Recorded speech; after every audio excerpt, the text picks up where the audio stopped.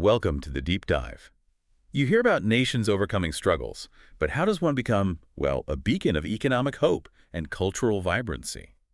Today we're getting into the extraordinary story of Bangladesh. They call it the land of rivers and resilience. Our goal here is simple: cut through the noise, give you a clear, really insightful look at what makes this country so fascinating, maybe even a model of reinvention. It's a great topic because, yeah, the common picture of Bangladesh, it often lags way behind the reality on the ground today. Its geography, for instance, is unique. It hasn't just shaped the land, but, the actual character and adaptability of its people. That's a really key point. I mean, most people know its location, Yeah. right? Bordered by India almost entirely, then the Bay of Bengal down south. But the nickname Land of Rivers, that comes from this incredible density of waterways. We're talking, what, over 700 rivers, Yeah. including the huge ones of Padma, Jamuna, Meghna. It creates this incredibly fertile delta. But that same geography, that abundance, it must bring huge challenges too. Oh, absolutely. Precisely. This massive river system makes it super fertile for agriculture, yes, but it also means life is deeply, deeply tied to nature's power. Sometimes its unpredictability it leads to one of the highest population densities anywhere globally. And yet somehow amidst all that, you find just stunning natural beauty like Cox's Bazar, you mentioned it, the world's longest continuous sea beach. It's quite something. Or the Sundarbans. Huge mangrove forest, vital sanctuary for the Royal Bengal tiger. It really shows how facing constant environmental pressure can build a kind of remarkable tenacity. And that idea of thriving despite challenges, that seems to flow right into Bangladesh's history too. It's incredibly resilient. This isn't a new country in terms of civilization, right? Deep roots, thousands of years back, part of ancient Bengal, big center for learning, for trade. But its modern identity, well, that was really forged in fire. You're absolutely right. The journey included, British colonial rule, then becoming East Pakistan after the 1947 partition. But the turning point, the real crucible, was the 1971 Liberation War.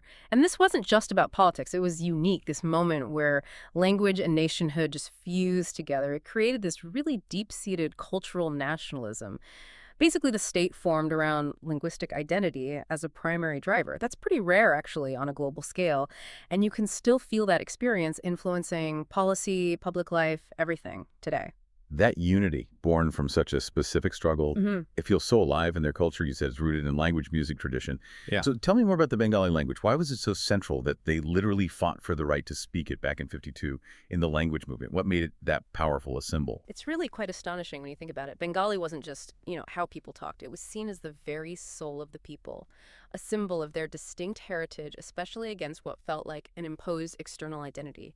And that passion, you feel it everywhere. In the bowl music, so soulful, the Yeah. traditional folk dances, really vibrant, and the festivals. Pohela Boishak, the Bengali New Year, it's huge, full of joy. Yeah. And the food, you mentioned it, biryani, pita, which are like traditional cakes, and hilsa fish. Oh, hilsa fish prepared with mustard. It's more than just food. It's like tasting the nation's story. I remember my first time trying proper mustard hilsa. Oh, it was revelation.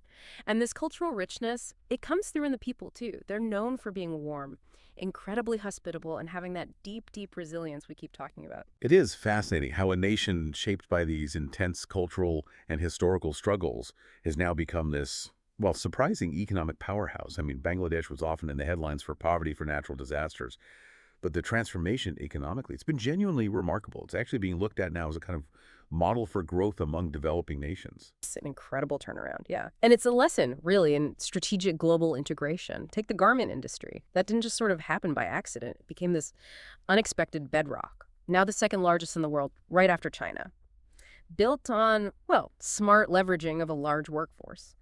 But that's not the only thing driving it. Remittances, money sent home from millions of Bangladeshis working overseas, that's a huge, unique economic stimulus.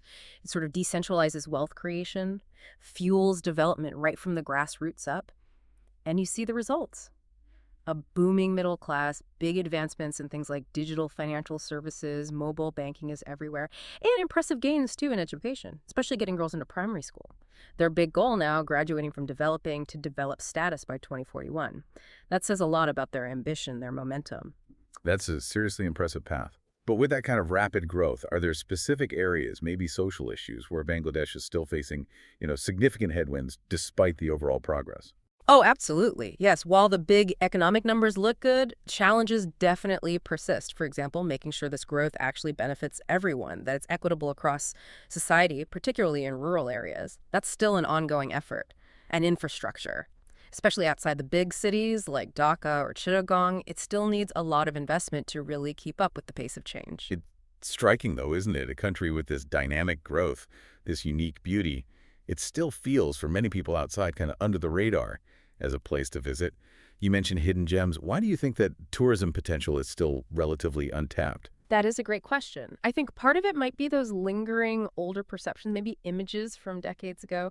And perhaps they haven't marketed themselves internationally quite as aggressively as some of their neighbors. But for travelers who do go, the rewards are huge. You mentioned Cox's Bazar, the beach. But the Sundarbans, it's the UNESCO World Heritage Site. It's genuinely wild. Crocodiles, dolphins, those magnificent tigers. It's an incredible ecotourism experience, unlike anywhere else, really. Then you've got Sylhet up in the northeast, lush tea gardens, rolling hills, beautiful rivers, just gorgeous for nature lovers. Even Dhaka, the capital. Okay, yes, it's chaotic, undeniably, but it's also incredibly vibrant. You see Mughal architecture right alongside modern life. It's got this pulsating energy.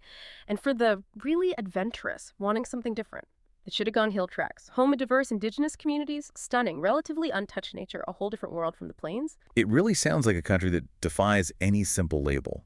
And like any place changing so fast, Bangladesh is still grappling with some big challenges. We touched on some, but what would you say are the most pressing ones right now? Well, the existential threat is climate change, rising sea levels. For a low-lying deltaic country like Bangladesh, that's immense. It's happening now. Then in the cities, urban overpopulation, the traffic congestion.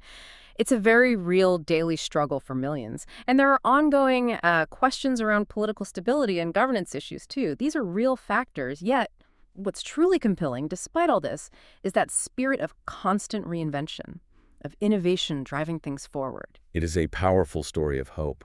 But is there ever a risk, you think, that this constant focus on resilience, on overcoming immediate problems, might unintentionally distract from addressing the deeper systemic issues that require such resilience in the first place? That's a really valid point, and it's certainly something the country itself, thinkers within Bangladesh, grapple with. It's a balancing act. But what's been remarkable are some of the proactive innovations that tackle problems head on. Look at solar power in villages. It's not just about bringing light bulbs to remote areas. It's actually transforming local economies, creating new small businesses, directly hitting energy poverty. Or the microfinance movement, often led by women. It didn't just give out small loans. It fundamentally reshaped community dynamics, empowered millions from the ground up. It tackled systemic poverty, gender inequality through grassroots action. So it's this ongoing negotiation. Managing crises while trying to build longer-term sustainable solutions. Well, that really brings us towards the end of our deep dive into Bangladesh, a nation, as you said, small in size but truly mighty in spirit. It definitely leaves an impression, whether it's the soulful culture, the dynamic growth, or just the sheer unshakable resilience. It really does. It embodies both profound vulnerability, given its geography, and just extraordinary strength. Exactly. So as we wrap up, maybe something for you, the listener, to think about. What lessons can we actually draw from Bangladesh's journey, this story of transformation, of adaptability? Consider how a nation forged through struggle, shaped so intensely by its unique geography, just keeps innovating, keeps redefining what's possible, not just for itself, but maybe as a compelling model for global development and, well, for the enduring human spirit. What can we learn from their journey?